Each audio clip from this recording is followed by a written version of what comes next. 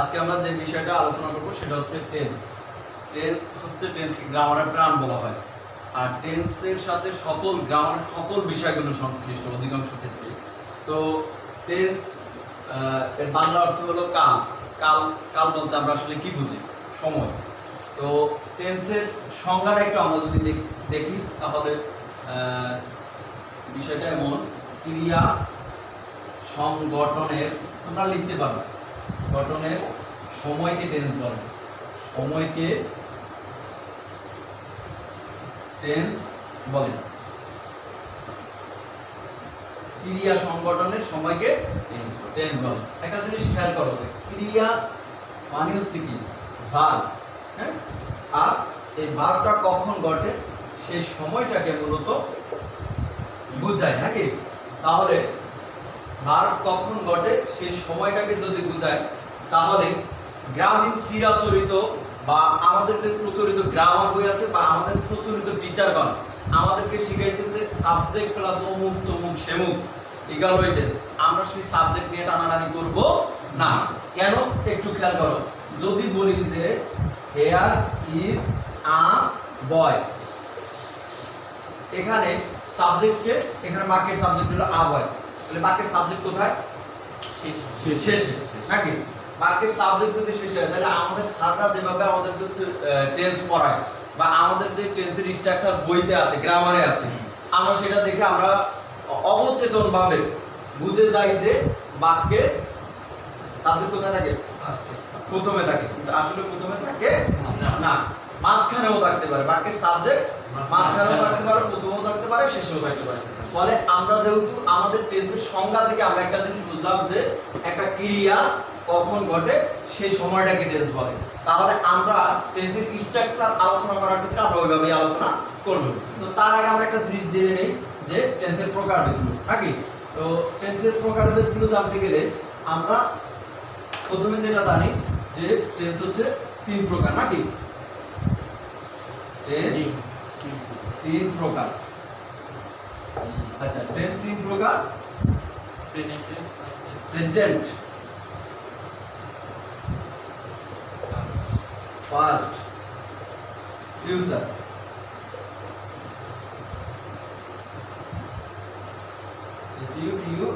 নাকি?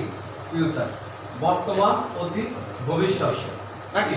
জি। এবার আমরা টেন্সের আরেকটা বিষয় জানবো যে বর্তমান কালে একটা কাজ অনির্দিষ্ট একটা ঘটনা ঘটতে পারে, মানে একটা কাজ একটা সময়ে, অতীতকালে একটা কাজ চারভাবে ঘটে, বর্তমানে একটা কাজ চারভাবে ঘটে, ভবিষ্যতে একটা কাজ চারভাবে ঘটে। কেমন ঘটে? যে যেমন ফার্স্ট হচ্ছে চারভাবে যে ঘটে সেটা একটু বোঝাচ্ছি। ইনডিফিনিট, INDEFINIT,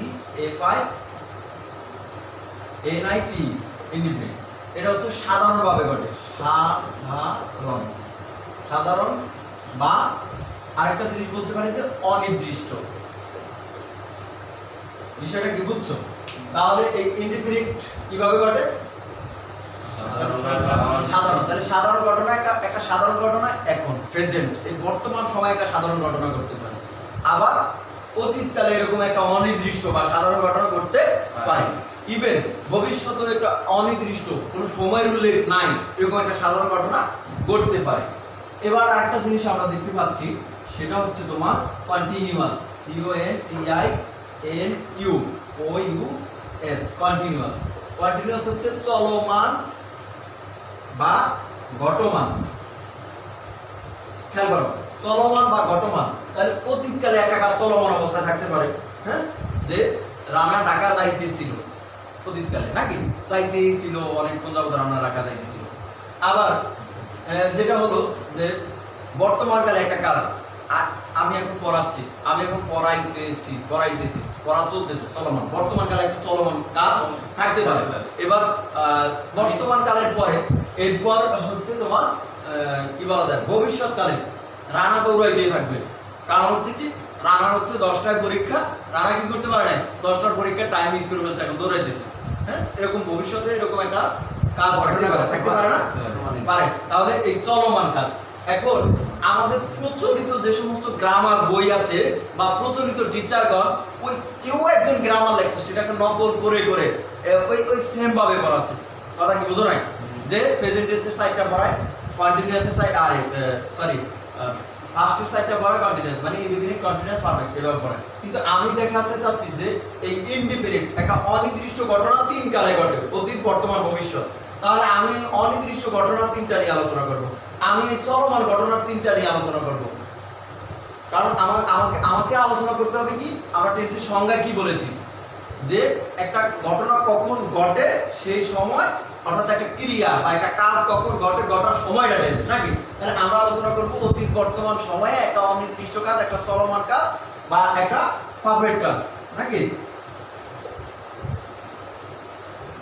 একটা পারফেক্ট কাজ কিভাবে ঘটে নাকি, পারফেক্ট ধরো যথাযথ, যথাযথ বা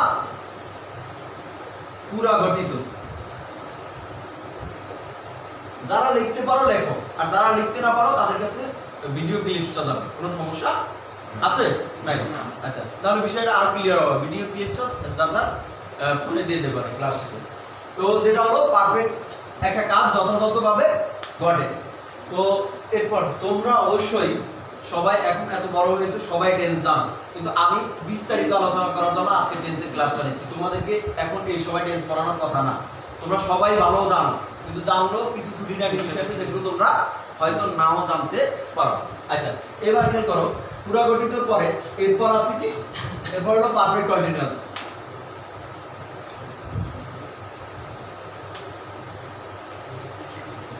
পারফেক্ট কন্টিনিউয়াস, আচ্ছা সংক্ষেপে লিখো।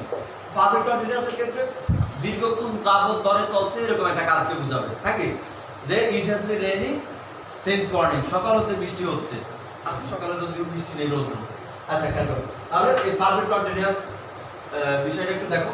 এবার আমরা আলোচনা করব স্ট্রাকচার নিয়ে নাকি। স্ট্রাকচার নিয়ে আলোচনা করার ক্ষেত্রে একটু খেয়াল করো, আমরা এখন আলোচনা করব একটা অনির্দিষ্ট ঘটনা কয়ভাবে ঘটতে পারে বলছি, তিনভাবে, অতীতকালে, বর্তমানকালে, ভবিষ্যৎকালে। আচ্ছা, এখন তাহলে আমরা দেখব যে এই যে সাধারণ ঘটনা,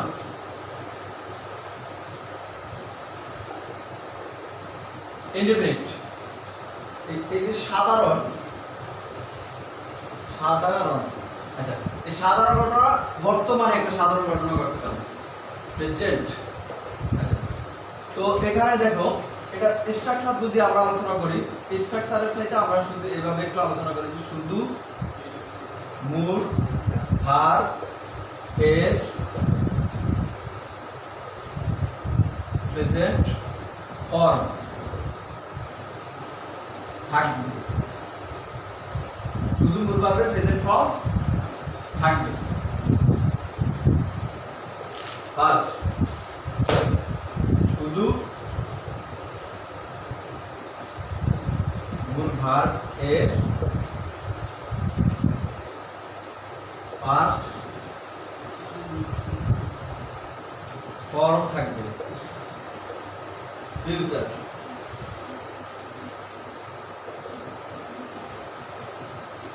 shall oblique will plus v1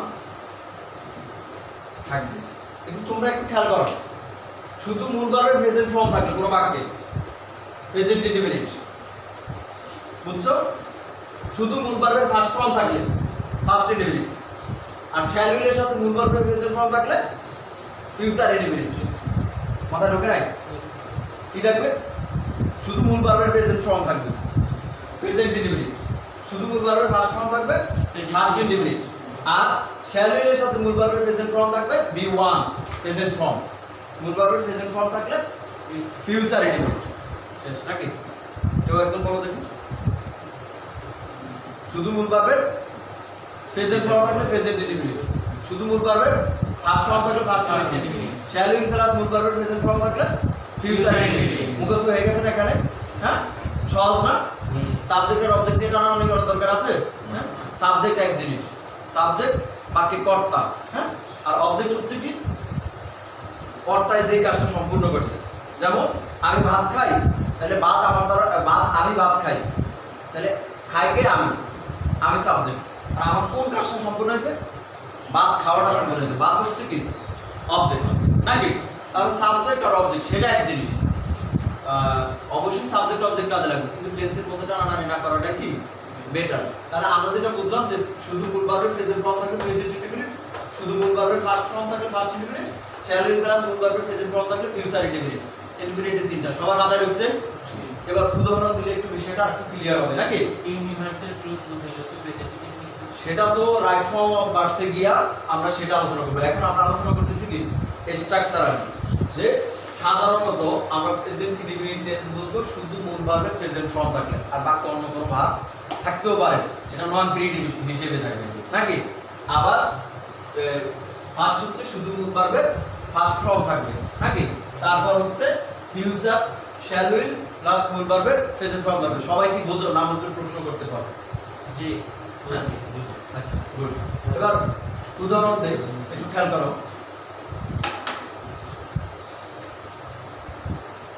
I play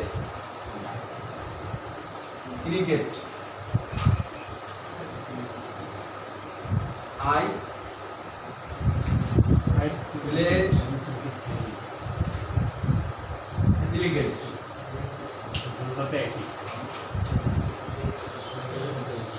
না এখানে পরিবর্তন আছে খেয়াল করো I shall play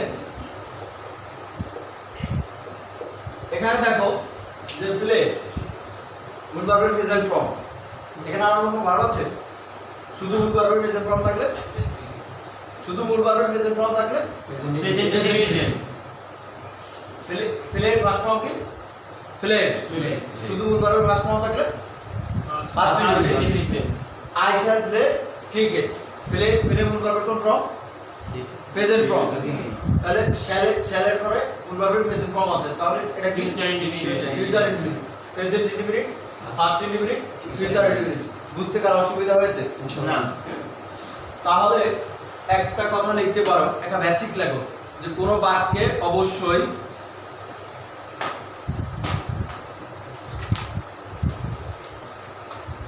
লেখা দরকার না কোন বাক্যে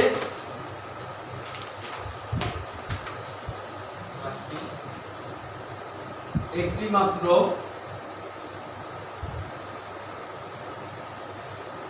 auxiliary verb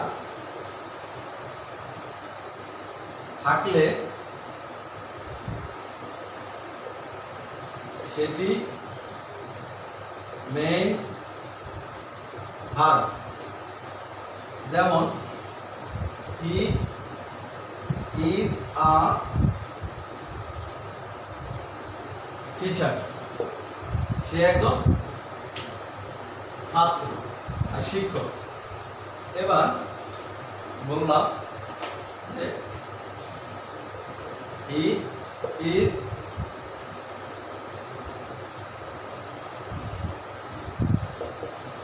teaching well he is teaching well এখানে খেয়াল করো এই যে ইজ আর এইটা হচ্ছে এই যে টিচিং বা হি টিচ ওয়েল বা টিচিং ওয়েল এখানে এই ইজের পরে ভার্বের সাথে যেটা হচ্ছে প্রেজেন্ট কন্টিনিউয়াস আর এই টিচ হচ্ছে এখানে মূল ভার্ব এবং এটা অক্সিলিয়ারি ভার্ব হিসেবে ইজ কাজ করেছে কথা কি বুঝছো আর এখানে শুধু ইজ আছে এখন ভার্ব ছাড়া তো কোনো বাক্য গঠন করা সম্ভব না এই ইজ হচ্ছে এই বাক্যে মূল ভার্ব এখানে এটা অক্সিলিয়ারি ভার্ব না এবার এই ইজ হচ্ছে বিভাগগুলো কার আলোচনা করছি বিভাগের প্রেজেন্ট ফর্ম হচ্ছে এম ইজ আর বিভাগের ফার্স্ট ফর্ম হচ্ছে ওয়াজ আর বিভাগের ফার্স্ট পার্টিসিপল হচ্ছে বিন তাহলে এই ইজ হচ্ছে এখন ইজের ধরলাম কি মূল ভার্ব ইজ কি ইজ যদি মূল ভার্ব হয় মূল ভার্বের এটা কোন ফর্ম প্রেজেন্ট ফর্ম নাকি একটু আগে আমরা কি বলছি যে শুধু মূল ভার্বের প্রেজেন্ট ফর্ম থাকলে কি প্রেজেন্ট ইনডিফিনিট নাকি শুধু মূল ভার্বের প্রেজেন্ট ফর্ম থাকলে প্রেজেন্ট ইনডিফিনিট তারপর যদি এখানে দেই যে ওয়াজ